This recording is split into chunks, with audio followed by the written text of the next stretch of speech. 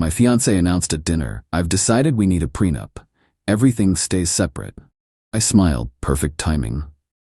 Then I revealed I'd already withdrawn my name from the house deposit we'd just made. Her parents' faces when they realized their daughter just lost $50. I, 32 male, am sitting in my apartment, boxes of wedding stuff in the corner that'll never be used, actually feeling relieved. The last 2 weeks have been insane, and I need to get this off my chest. Been with Isabel, 30 for 3 years, engaged for 6 months. She works in fashion and marketing, makes about $65K. I'm a software engineer, pulling around $140K. Not bragging, just context for what comes next. We'd been house hunting for months, finally found the perfect place last month. Needed work, but great bones, amazing neighborhood. Purchase price, $420K. We'd agreed to put down 20% to avoid PMI. That's 84Ks. Here's the split we agreed on. I'd cover 50K saved for years, she'd do 34K. Her parents were gifting her 30K, she had 4K saved. We'd own it proportionally, 60-40 based on our deposit contribution. Seemed fair. Signed the purchase agreement 2 weeks ago. Deposit was due in escrow within 10 days. I transferred my 50K immediately. Isabel said she was finalizing the transfer from her parents. Cool, no rush, we had time. Then came dinner at her parents' place last Sunday. Her mom, Lorraine, had made this whole fancy spread. Her dad, Harold, opened expensive wine. Should have known something was up. Halfway through dinner, Isabel clinked her glass. "So I've been thinking about our future, and I've made a decision." Thought she was about to announce wedding venue details or something. Nope. I think we need a prenup. Everything stays separate. What's mine is mine. What's yours is yours. Clean and simple. I put down my fork. "Okay, let's talk about it." Harold jumped in. "Smart girl. No offense, Ryan, but protecting assets is just good business." "No offense taken. I understand the concept." Isabel smiled. That smile she does when she thinks she's being clever. "I knew you'd understand. You're so logical. We'll keep our finances separate, file taxes separately, and if anything happens, God forbid, we each leave with what we brought." "Including the house?" I asked. "Well, no, the house would be joint. We're both on the deed, but I'm putting in 50K and you're putting in 34K. "Right, but once we're married, it's marital property. 50-50. The audacity. She wanted separation when it protected her, but joint ownership when it benefited her. "Interesting timing," I said. "When did you decide this?" "Oh, I've been thinking about it for weeks. Becca's divorce was so messy, you know. I want to avoid that drama." Weeks. She'd been planning this for weeks, while I was transferring 50K. "Actually," I said, pulling out my phone, "this is perfect timing." "What do you mean?" "Well, since you want everything separate, I went ahead and withdrew my name from the house purchase yesterday." Dead silence. Lorraine spoke first. "What do you mean, withdrew?" "Called the escrow company, explained I was no longer proceeding with the purchase. Since Isabel hadn't deposited her portion yet and we're not married, I was able to withdraw my funds. The 50K is back in my account." Isabel's face went white. You can't do that." "Did it yesterday. Here's the confirmation email." Harold's voice got tight. "But we already transferred the money to Isabel. Then she can proceed with the purchase solo. Her credit, her funds, her house, clean and simple, right? I can't get approved for 420K on my salary." Isabel's voice was rising. "Then find a cheaper house." "But we already signed." "We signed. Now it's just you. I formally withdrew. You have 72 hours to complete the deposit or you lose the house and the 5K earnest money." Lorraine stood up. "This is manipulation." "No, this is exactly what Isabel asked for. Separate finances. I'm respecting her wishes." Isabel was doing the math in her head. "I need your $50. The loan was approved based on both our incomes." "But you just said, what's mine is mine, what's yours is yours." "That's after we're married." "Oh, so you want my money now, but protection from my debts later?" Harold tried the authority voice. "Young man, you're going to fix this." "No, I'm not. Isabel wants financial independence. She's got it." Isabel started crying. "The seller will sue us. They'll sue you. My name's off everything. Your signature is still on the purchase agreement." The room exploded. Lorraine calling me selfish. Harold threatening legal action. In a rough, Isabel ugly crying about her dream house. I stood up. "Thanks for dinner." "Isabel, Let me know what you decide about the house. You have about 68 hours left. Left them there and drove home. Phone blew up immediately. 39 texts in an hour. Didn't read them. Here's the kicker. I found out later from a mutual friend that Isabel had been bragging to her girlfriends about her brilliant prenup plan. How she'd get me to pay for most of the house, but keep her family money protected. She'd literally called me a wallet with a ring. Well, this wallet just closed. Update 1. The desperation has reached comedy levels. First, the house situation imploded. Isabel couldn't get approved for a $420K loan on her $65K salary. She tried everything. Different banks, mortgage brokers, even hard money lenders. Best she could get approved for was $200K. She lost the house. And the $5 earnest money. Her parents were furious. Not at her, of course. At me. Harold actually showed up at my office building Monday morning. You cost us $35,000. The $30K gift, plus the $5K earnest money. I cost you nothing. I withdrew from a purchase before marriage, which is my right. You knew she couldn't afford it alone.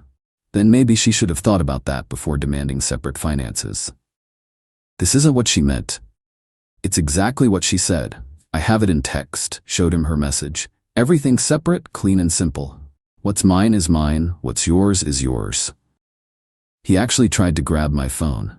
Security got involved. He was escorted out. Tuesday, Isabel sent her friend Jade to negotiate. We met at a coffee shop. She's willing to compromise, Jade said. How about a prenup but the house is joint? How is that a compromise? That's exactly what she originally wanted. No, she's giving up some things, like she'll share streaming accounts. I actually laughed. Streaming accounts? She wants my $50K for a house, but offers Netflix access?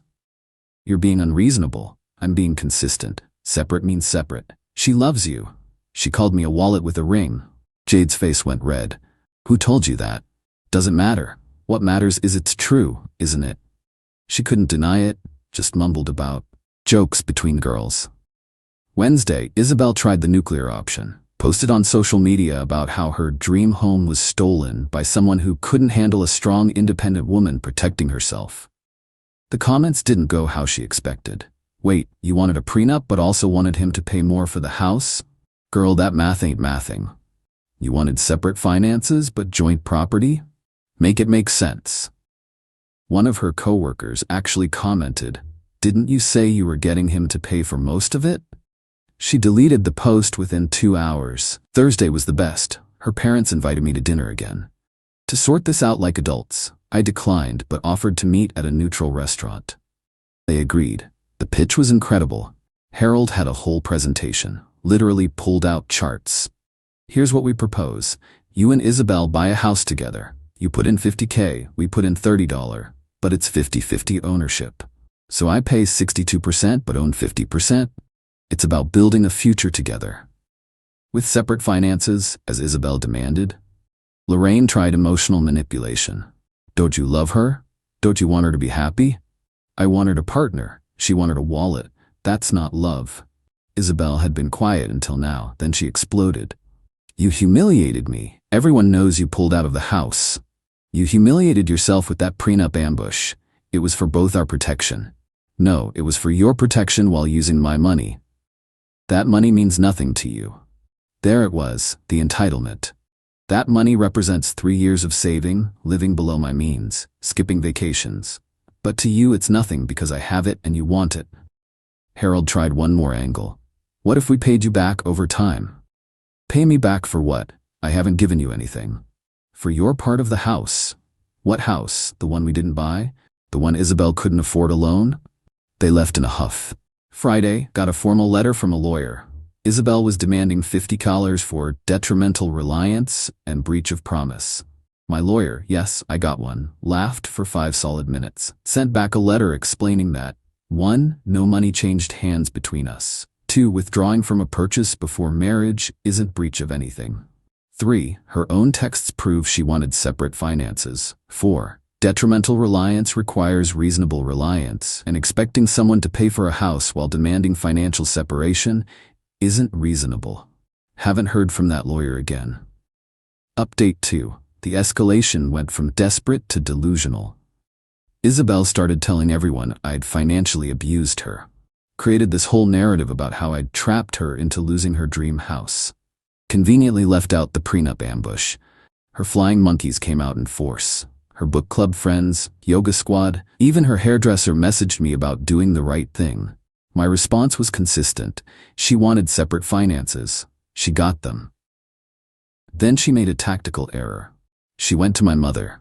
Now my mom is a retired family court judge. She's seen everything. Isabel thought she could manipulate her with tears and sob stories. Mom called me afterward.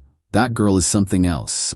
She actually said, and I quote, "I just wanted to protect myself while building our future with his money." Does she hear herself?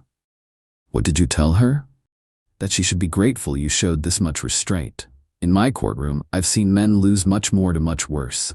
But the real drama came when Isabel tried to salvage something from the mess.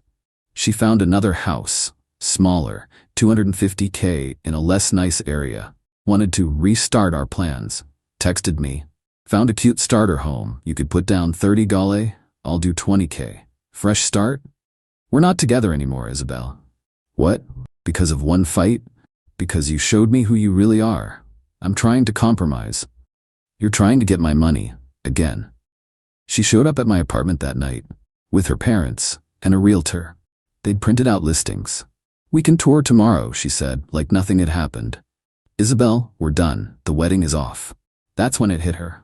Really hit her. You're serious? Over a house? Over the prenup ambush? Over calling me a wallet with a ring? Over trying to use me while protecting yourself? Harold stepped forward. Now listen here. Sir, you're trespassing. Leave now or I call the police. Lorraine started crying. We gave her that money for your future together.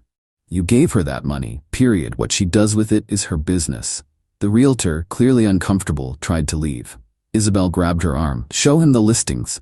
The poor woman looked at me. I shook my head. She fled. Isabel went full meltdown. I did everything right. I was protecting our future.